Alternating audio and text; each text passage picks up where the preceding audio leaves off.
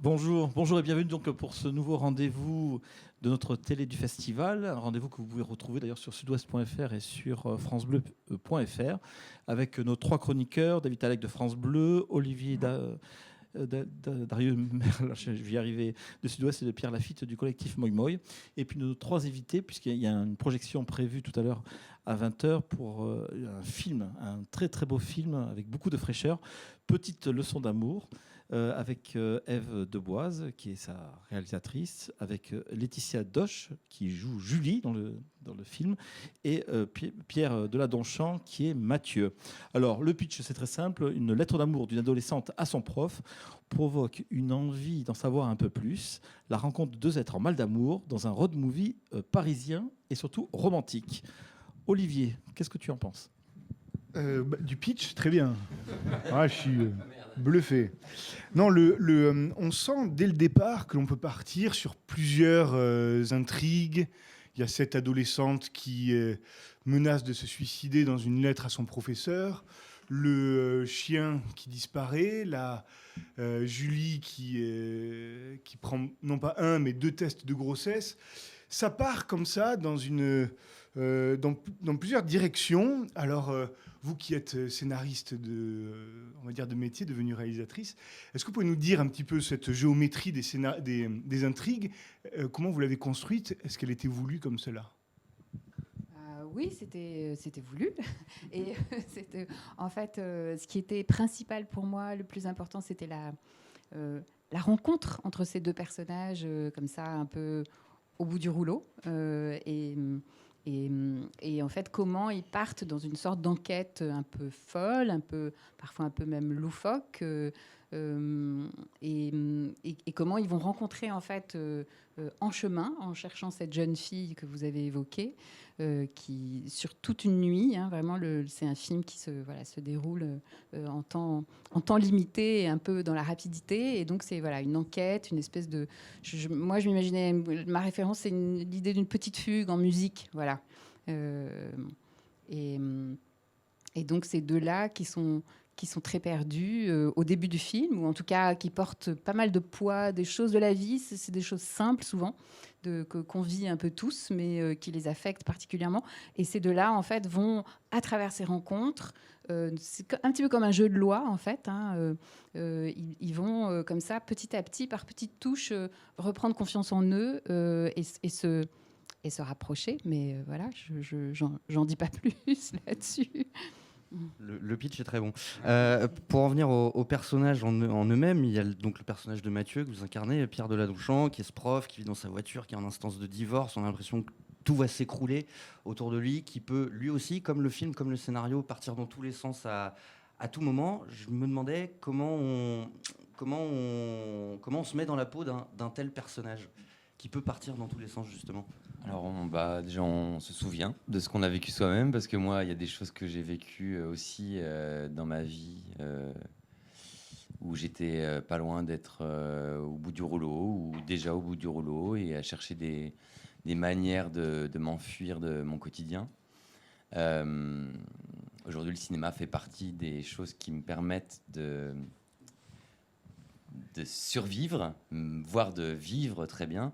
Et pour Mathieu, je dirais que, je sais pas, je me suis mis à sa place, je l'ai compris. Après, il y a des choses que j'ai pas vécues, qu'il a vécues, et vice-versa. Mais je me disais juste, c'est quelqu'un qui est en colère. Il a une colère, et il a besoin de l'exprimer maladroitement, parfois au mauvais endroit. En tout cas, il n'est pas inerte. Voilà, il n'est pas en train de mourir. Il se débat. Il se noie, mais il se débat.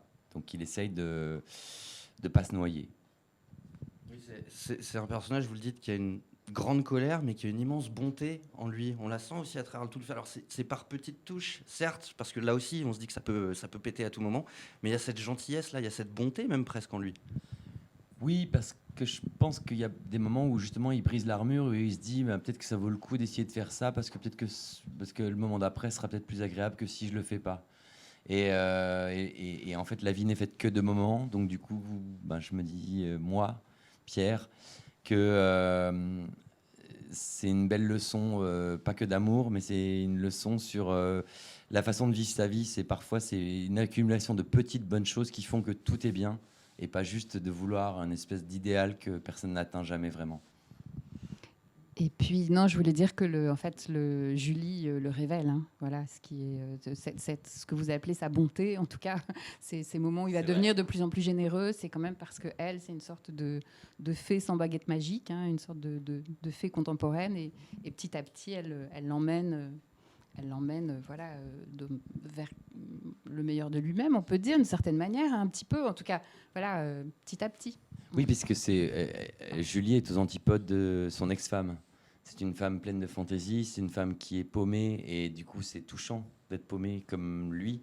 Et il se dit, bah, tiens, je rencontre quelqu'un qui est un peu mon alter ego, et peut-être ça va lui permettre d'un peu plus être lui-même et d'oser un peu plus, en tout cas, sans forcément d'objectif de la séduire, ou en tout cas, si c'est le cas, c'est inconscient, et ça va leur plaire à tous les deux de se montrer un peu plus.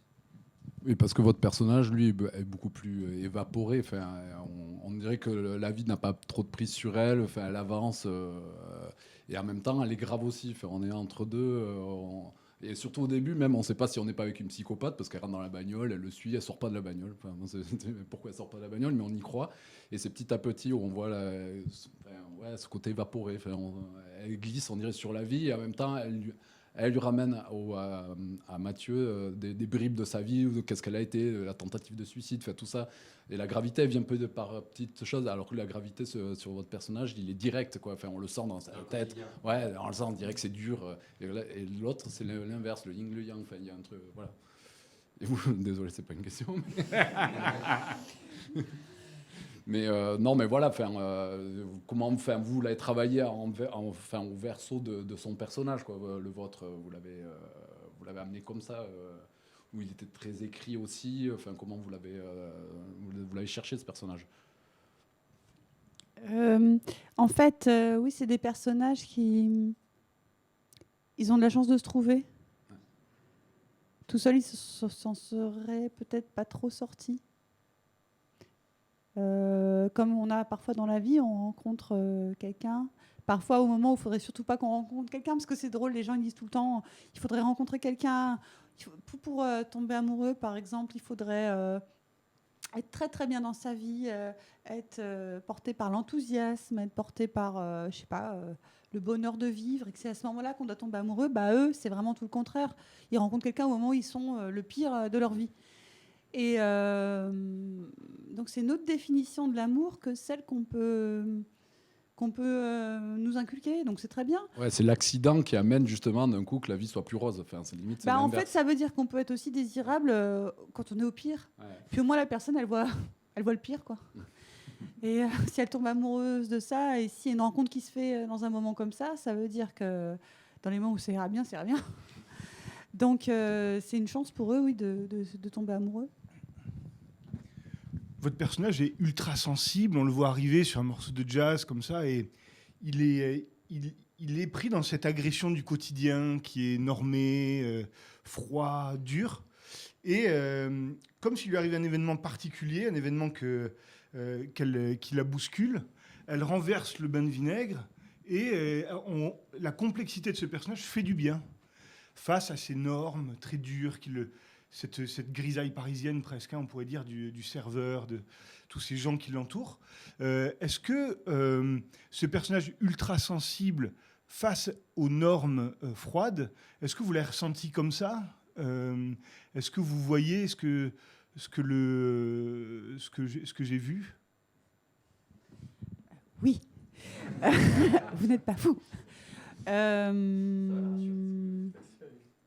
En fait, on va peut-être un peu spoiler, mais c'est pas grave. C'est quand même une femme qui est à la base mannequin buste. Donc c'est assez drôle, mais c'est aussi une femme qui gagne sa vie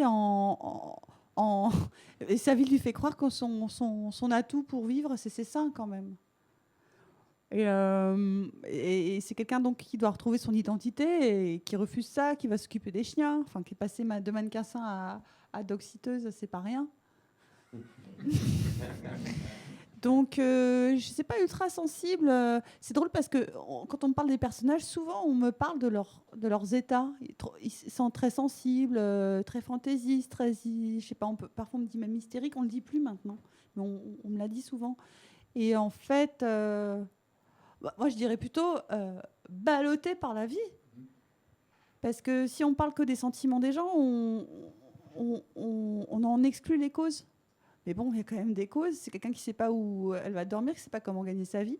Dans ces moments-là, je ne sais pas qui serait calme et pas sensible. Après, oui, du coup, ça donne un personnage qu'on va connaître d'abord par ses émotions avant de la comprendre. Donc on va voir ça, on va voir quelqu'un qui... Mais en vrai, elle a des raisons d'être comme ça. Et effectivement, c'est quelqu'un qui n'est pas très normé. Et ça, j'ai toujours un plaisir à jouer des rôles comme ça parce que, en fait, il y a 30 ans, des personnages comme ça, pas normés, c'était la norme au cinéma. Juste l'époque change. Et donc, il faut combattre un petit peu ça parce qu'il y a besoin. Et si on passe maintenant aux références, parce qu'on part sur une enquête, même au tout début avec votre chien, moi c'était presque Tintin et Milou. Enfin, il y avait un côté, on part à l'aventure, on va faire une enquête un peu absurde parce qu'on savait que ça part. Et même après, on part sur du buddy movie, comme il disait. Enfin voilà. Vous, elles étaient où là ces références au niveau de on voulait aller que sur de l'absurde, sur une enquête, ou en fait c'était vraiment la comédie entre les deux qui vous intéressait? Moi, ce qui m'intéressait, c'était vraiment, la comédie. L'enquête, elle est un petit peu un prétexte d'abord pour découvrir ces deux-là, ces deux personnages, et puis toutes les rencontres qu'ils vont faire au fur et à mesure de cette nuit. Oui, l'enquête, c'est un prétexte et c'est quelque chose pour moi d'un peu, même presque un peu formel, autour aussi d'une temporalité comme ça très resserrée.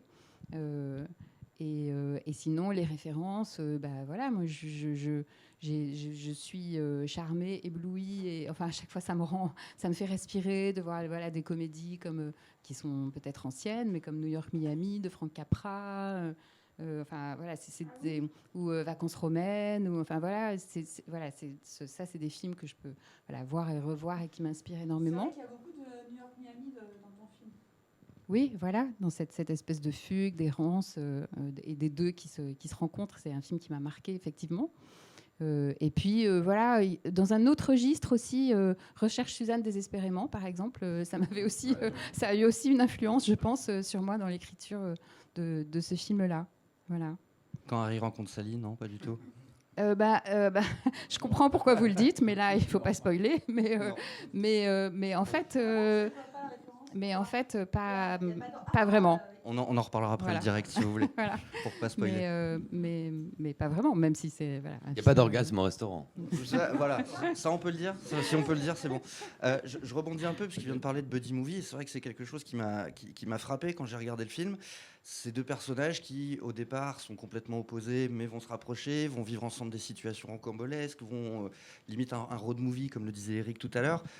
Effectivement, ça coche des cases, en tout cas, de tout ce qui a pu être le buddy movie dans les années 60, dans les années 70. Est-ce que ça aussi, c'est quelque chose qui... Même plus récemment, il y en a aussi beaucoup encore. Est-ce que ça, c'est quelque chose qui vous a nourri aussi? Parce que même si le film s'appelle Une petite leçon d'amour, sur les premières petites leçons d'amour, j'avais l'impression sur le début que c'était une histoire d'amitié au départ, et qui ensuite, par la force des choses, par la force de la vie, forcément va virer vers l'amour. Parce que c'est deux personnages qui vont être faits pour être ensemble. Il faut faire attention. Vous dites forcément, mais pas forcément. C'est-à-dire que moi, ce qui m'importait beaucoup, c'était de couper au moment où peut-être quelque chose commence, ou peut-être ça va pas marcher. Moi, on peut se raconter ce qu'on veut sur la suite, mais je voulais vraiment couper au moment où ces deux-là se rapprochent. Et qui sait ce qui va en sortir? Je sais pas. Oui, peut-être une amitié. J'en sais rien, moi, en fait. Je sais pas. Si vous laissez faire le spectateur. Oui, c'est vrai que c'est pas évident que ce soit l'amour à la fin, d'ailleurs. C'est vrai que c'est... Enfin, sans spoiler, parce que c'est toujours compliqué, ces films sont quand même... C'est pas grave, les gens, ils oublient. Le road movie romantique, comme disait Eric Soro tout à l'heure, et parisien, se tourne beaucoup dans la voiture. Il y a tout tout un univers quand même. C'est un huis clos aussi, on pourrait dire. Alors, c'est difficile de tourner dans une voiture comme ça? C'est très difficile de tourner dans une voiture parce que c'est petit, parce que quand vous voulez que la caméra soit là, elle remplace l'acteur qui conduit ou l'actrice qui est à côté. Quand elle est à l'extérieur, on faut ouvrir les fenêtres parce que sinon on a des reflets, mais si on ouvre les fenêtres, on a les bruits, donc on ferme les fenêtres, mais on n'a pas le son. Il n'y a que des problèmes. Et quand on conduit pour de vrai, la caméra est sur le capot, on voit rien. C'est chiant de tourner avec une voiture. La voiture à Paris en plus. En hiver, voilà. Donc il y a des voitures travelling, donc sur lesquelles on pose la voiture, la remorque est très très basse pour faire croire que c'est la voiture qui roule. En fait, elle est immobile. Donc il faut pas trop faire semblant de rouler parce que c'est ridicule. C'est ce qu'on faisait dans les années 60 et qui ne marche plus du tout aujourd'hui. Donc il y a plein de choses difficiles à faire. Et quand on conduit pour de vrai, il faut... moi, ça m'aide, en fait. J'aime bien conduire pour de vrai parce qu'au moins, j'oublie que je joue. Je conduis, donc je regarde les autres voitures, je regarde les feux rouges, les stops, les tournants, et mes répliques sortent au moment où elles sortent. Mais ça aide vachement à... C'est comme quand on mange et qu'on joue en même temps, c'est des aides pour les acteurs. Parce que ça leur prend une partie de leur concentration qui n'est pas pour autre chose, et ça les libère. Après, quand on conduit pour de faux, faut tourner au moment où la voiture travelling tourne. Donc des fois, on voit même pas qu'elle est en train de tourner parce que ça arrive une demi-seconde après. Enfin, c'est que des trucs techniques qui sont parfois un peu durs à gérer. Mais non, je dirais que on a bien rigolé quand même. Il fallait juste allumer le moteur parfois pour mettre du chauffage parce qu'on avait très froid. Mais par contre, ce qu'on peut dire, je comprends pourquoi ça se passe autant dans une voiture, parce que c'est vrai que dans une voiture, surtout peut-être quand on tourne un film où on doit beaucoup attendre, on développe une grande complicité naturellement par la promiscuité physique. Et c'est vrai que peut-être que le film... Il y a aussi une des raisons pour lesquelles le film fonctionne aussi, c'est parce qu'on a développé une vraie amitié dans cette voiture avec Pierre. Et une vraie complicité, et que ça nous a... je pense que ça a dû nourrir aussi le film. Et c'est dû, je pense, aussi à... le fait d'être tout le temps en voiture, tous les deux ensemble, quoi. Et s'entraider à des moments où l'un ou l'autre avait des difficultés pour les scènes. Donc il faut mettre les acteurs dans des petites voitures, quoi. Là, la Clio, elle est bien petite. En tout cas, la complicité, ça apporte aussi à un film, je trouve. Voilà, cette voiture, c'est ma voiture. Enfin, ça aurait pu être ma voiture. Enfin, la mienne, elle est morte avant le tournage, mais c'était un peu la même. Et en fait, j'ai été inspirée par cette voiture et j'ai compris à mes dépens que d'avoir un film avec autant de voitures... Enfin, disons, j'ai compris pourquoi il y avait en général dans les films 1 ou 2 scènes de voitures et pas plus. Voilà. Et en fait, c'est vrai que c'est extrêmement compliqué techniquement. Mais l'idée, c'était tout à fait ça. C'était que dans ce petit habitacle, et j'ai gardé le choix, on avait discuté avec mon chef-op, etc., et d'avoir une voiture plus grande, mais je voulais pas parce que cette voiture, c'était aussi un accessoire de ce professeur. Ça allait avec lui, avec son personnage. Et puis, j'avais cette idée, en effet, qu'ils allaient tous les deux être dans ce petit habitacle, dans une espèce d'intimité forcée. Puis après, elle tombe en panne. Voilà, comme la mienne. Et puis ensuite, il y a d'autres moyens de transport dans le film. Y compris les pieds. Juste rebondir sur ce que vient de dire Laetitia Doche, justement, que je trouve super important par rapport à la complicité qui naît entre vous et qu'on voit naître évidemment à travers le film et qu'on voit grandir de plus en plus, effectivement. Puis quand on vous voit en dehors, effectivement, c'est évident. Cette complicité-là, Ève Deboise, vous l'avez provoquée ou vous l'avez vue naître aussi? Ça a été une surprise pendant le tournage? Ah non, je l'ai vu naître, moi, parce que justement, par exemple, quand ils étaient dans la voiture, moi, je pouvais pas être avec eux. C'était hyper frustrant. Donc, on communiquait par talkie. Je savais jamais s'ils entendaient vraiment ce que je disais, parce qu'il y avait énormément de bruit, etc. Et donc, par contre, je les voyais à travers le pare-brise, et je les voyais se rapprocher, et je les entendais aussi quand même parfois avec le retour son, comment ils parlaient, etc. Et donc j'ai vu vraiment mais moi ça m'arrangeait beaucoup, ça me convenait beaucoup, qui est justement cette complicité, cette amitié comme ça qui viennent, et je pense qui irrigue le rapport entre les deux. Il y a quelque chose qui s'est vraiment épanoui petit à petit, et qu'ils ont utilisé dans le rapport entre ces deux personnages. Est-ce qu'on peut parler d'une amitié adolescente, en quelque sorte? Il y a comme un retour comme ça à l'enfance. Enfance-adolescence, je dis adolescent parce qu'évidemment, il y a tout le contexte. Est-ce que c'est ça? C'est un retour en enfance? En fait, moi, ça me touche beaucoup ce que vous dites, parce que c'est ce que je voulais et c'est ce que j'ai vu. parce que ce que j'ai vu advenir justement dans la façon dont Laetitia et Pierre ont interprété ces personnages, c'est que ils sont eux-mêmes, ils cherchent une adolescente qui est censée être quand même en grand danger, et eux-mêmes en fait ils sont des adultes qui sont censés protéger quelqu'un, mais qui finalement vont s'appuyer sur cette recherche pour grandir un peu, parce qu'en réalité eux-mêmes ils ont quelque chose d'assez adolescent, voire même d'enfantin, en particulier le personnage de ce professeur de mathématiques interprété par Pierre. Petit à petit, en fait, il y a toute sa vulnérabilité qui va se faire jour et remonter, et beaucoup d'enfance, effectivement. Et donc, il y a aussi des personnages d'enfants sur leur route, d'ailleurs, parmi les personnages qui croisent. Donc ça, je tenais beaucoup aussi à ça. Ouais, c'est ça, les personnages d'adolescents sont super. Depuis pas les beaux gosses, mais la galerie, elle est superbe et elle répond hyper bien avec les acteurs. Et c'est assez compliqué souvent, le jeu adolescent, acteur adulte. Et là, ça marche hyper bien, quoi. Oui, parce que je pense que Laetitia et moi, on s'est fait confiance l'un l'autre déjà. On s'est apprivoisé au début et après, on s'est senti et on s'est reniflé et on s'est plu par rapport à ce qu'on se disait et ce qu'on se donnait l'un à l'autre. Et je crois aussi que, je ne veux pas parler pour nous deux, mais j'ai eu l'impression qu'on tournait ce film tous les deux à des moments dans notre vie où c'était pas tout rose. En tout cas, c'était un petit peu difficile. Et il y avait des choses personnelles qui interféraient ou qui abondaient dans les personnages. Et ça nous a fait du bien aussi d'expier plein de choses dans ces rôles, tous les deux, à faire ces deux rôles-là, parce que c'était une partie de nous... de manière générale, et aussi une partie de moi, je vais dire, pour parler plus personnellement, dont j'avais besoin de livrer des choses à ce moment-là. Ça m'a fait vraiment du bien, comme une mini psychothérapie, parce que ça m'a renvoyé plein de choses et de signaux sur ma vie personnelle.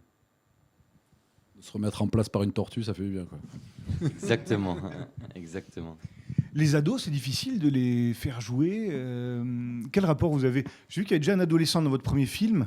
Les adolescents, c'est aussi un de vos thèmes, j'ai l'impression. En fait, moi j'ai 2 fils et maintenant ils grandissent, hein, ça y est, je vais passer à autre chose peut-être, mais en fait, le rapport que je peux avoir avec eux, de les voir grandir, évoluer, et leurs amis aussi autour. Ils m'ont donné plein de choses, hein, je dois dire. Les jeunes gens, les adolescents que je connais dans la vraie vie, ils vont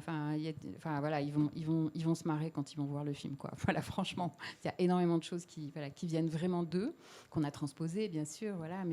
Et comment dire, je trouve qu'il y a une espèce de comment dire, ils sont pas encore. En fait, ils sont dans une forme de vérité. C'est ça, en fait, moi, qui me touche beaucoup. C'est ce que je ressens, en fait, avec les adolescents, l'adolescence. Moi, j'ai toujours ressenti ça, même en tant que mère. C'est que c'était eux qui me guidaient, plus que moi qui les guidais. C'est-à-dire que quand j'avais un problème, en fait, on dit ça souvent, mais je trouve que c'est tellement vrai. Quand j'avais un problème, je savais pas comment y prendre. En fait, c'était eux qui me donnaient la réponse. Et dans le film, c'est ça qui se passe aussi. C'était vraiment un thème que je voulais, incarner à travers cette histoire, ça. Oui, dans le jeu de piste, c'est eux qui mènent, qui donnent les indices.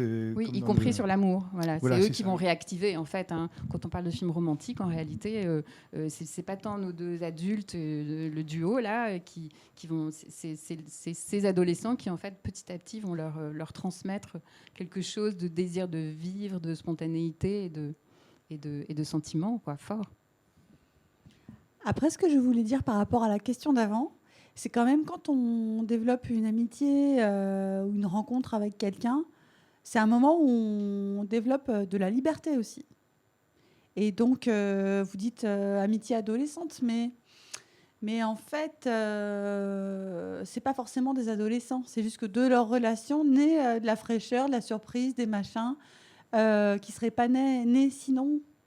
Et c'est précieux. C'est pour ça que je ne veux pas qu'on dise trop amitié adolescente, parce que c'est quand même précieux, même si ça arrive à 60 ans, 70 ans, c'est bien. Tout à fait. Je suis tout à fait d'accord. Mais les adolescents sont capables de cette fraîcheur de manière assez spontanée. Voilà, les adultes sont un peu plus des vieux coquillages. Un peu trop réfléchi parfois, mais c'est vrai que pour moi, C'est pour la plage. pour moi, un adulte épanoui, c'est quelqu'un qui écoute souvent l'enfant qui est en lui, en fait.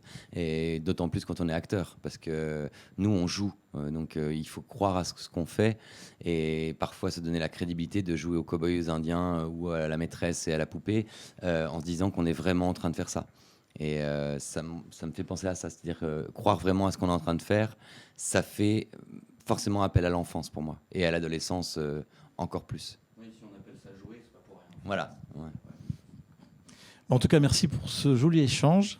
Ce soir, donc, projection Petite leçon d'amour. Merci à vous trois, Ève de Boise, pour votre deuxième réalisation. Festival international de Saint-Jean-de-Luz qui donne la parole aux jeunes réalisateurs. Donc, on espère vous voir peut-être samedi soir lors du palmarès.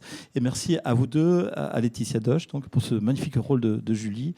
Et puis à vous, Pierre Delain-Donchamp, Mathieu. Un très beau film à voir. On ne va pas faire le jeu de l'autruche. Bon, je l'avais préparé, celle-là. On verra plus tard. En tout cas, avec mes collègues, merci à David, à Olivier, à Pierre. Et puis on se retrouve sur sudouest.fr, à francebleu.fr, à YouTube. On le fait alors. On le fait alors. Autruche. Autruche. Bonne soirée à vous tous. Merci. Vous n'avez pas revu le film? Vous avez pas vu le film? Merci pour cette citation. Mais bien sûr, éléphant. Vous l'avez pas vu monter encore. Désolé pour les gens au son. Voilà. On le voit ce soir. Voilà, c'est ça.